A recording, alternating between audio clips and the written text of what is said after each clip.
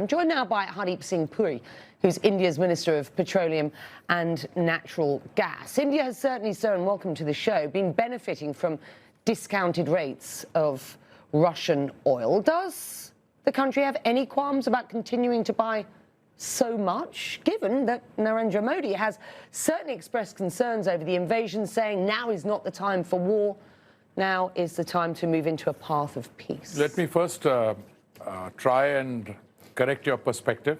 We ended the financial year 2022, that is 31st March 22.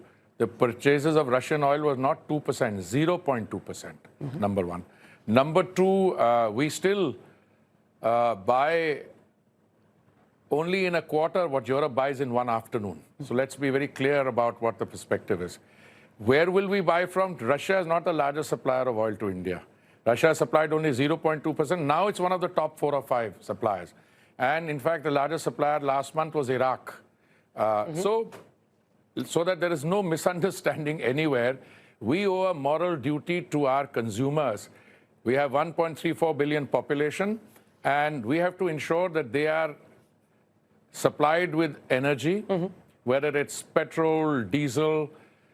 We were the only country in the world which, at the time when we were feeding 800 million people 3 meals a day, which we are still doing, the government reduced its revenue in order to make sure that prices at the petrol bunk didn't go up. So we have 60 million people going to the petrol bunk. There is no moral conflict with buying Russian oil? Oh, absolutely none. Absolutely none. There is no moral conflict. I mean, somebody wants to take an ideological position. Well, but we don't buy from X or Y. We buy whatever is available, and I don't do the buying. It's the oil companies who do the buying. Let's be quite clear about this. India is a backdoor into Europe for Russian oil at the moment. You're talking about the... Hang on, let me just finish. You're talking about the oil that comes in and is used for...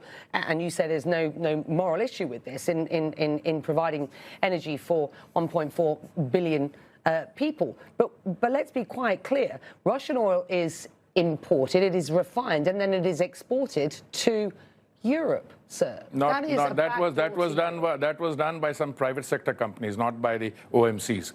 Who buys Russian oil, where it is refined? You're not denying that's happening. No, there's no question. We have nothing to do with that. First of all, the government doesn't do the buying. Let me be very clear.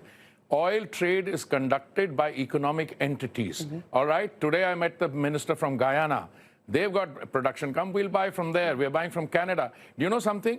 I bought last year from the United States $20 billion worth, which is almost half of what I buy from OPEC. No, we will buy oil, gas from wherever we can get it. What if the EU or the US were to ask India specifically to halt Russian oil purchases? I'll tell you something. First, you should address that question to the EU or to the United States. Addressing it to you, No, but I'm telling you, because if India did not buy, or someone else didn't buy Russian oil, and if Russian oil were to go off the market, what would happen to international prices? These people would turn around, and then the same, somebody's cutting supply, we have more people buying it, the price will go up to $200. Minister, with respect, I'm asking you a simple question. If the EU or the US were to ask India to halt Russian I don't address hypothetical questions. If the EU wants to come up with something, they will talk to us. We will examine what's in it. So what is on offer now? We have a situation where Hungarian oil can come in through a pipeline, and it's exempt from the so-called price cap. Chinese oil goes through, Russian oil goes to China through the pipeline, it is exempt. Japan can buy it. So I'd like to find out whom the price cap is aimed at. Okay. And we'll have a good, robust discussion on that. Because does India have a backup plan should the West tighten sanctions on Russia? First of all, we have many backup plans, first of all, and I don't look at the way you are looking at it. We have had healthy discussions going on with the West, the United States, and the Europeans. I think this is something you're creating in a TV studio.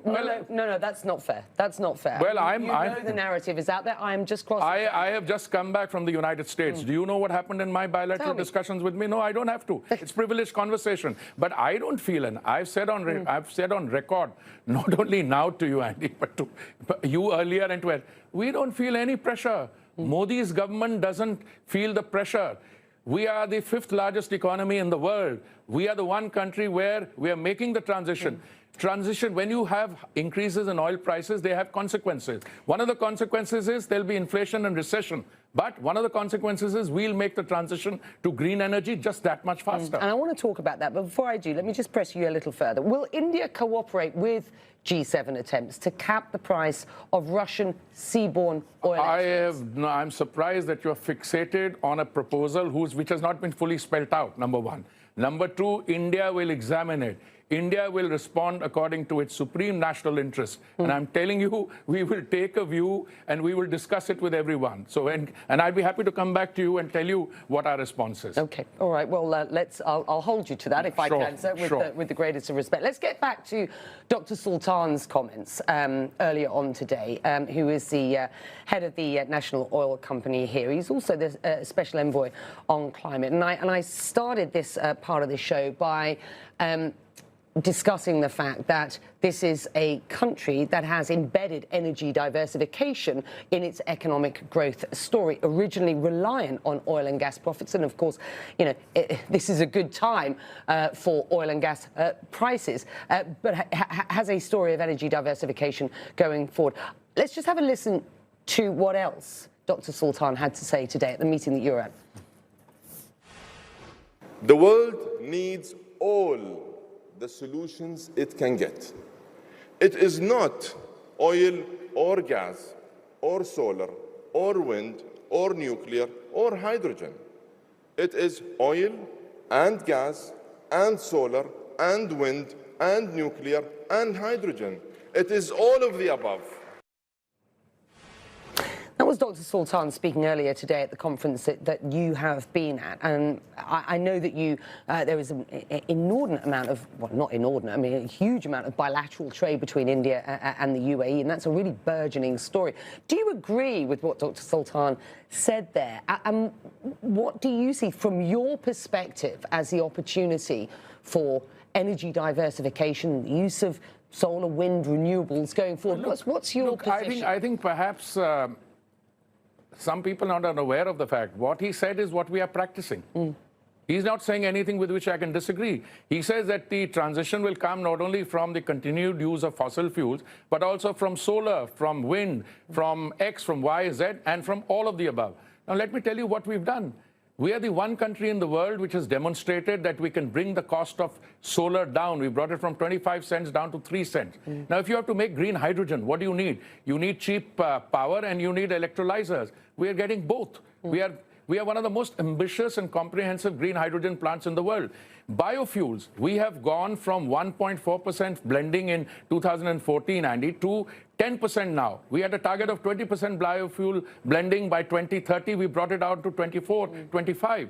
If you look at compressed biogas, we have 42 plants producing compressed biogas. Our target is 5,000 plants, making ethanol from agricultural waste. So India is doing precisely what Minister Sultan is recommending. So we have no difficulty on that. What we have a concern on is that if you want to make the transition from the current position to green energy, you have to survive the present. And that is where I think the high oil prices have unintended consequences, some good, some bad. The bad ones are that you will find that the situation, which is already inflationary because of the stimulus packages which went in pair, will become more inflationary and recessionary. And the good ones are that we will be, you know, mother is the necessity of necessity is the mother of invention. You're English speaking. So we will go into green energy faster, which we are doing. And we've just released 1 million square kilometers out of the 3.5 for exploration production. We've got all the major guys coming in.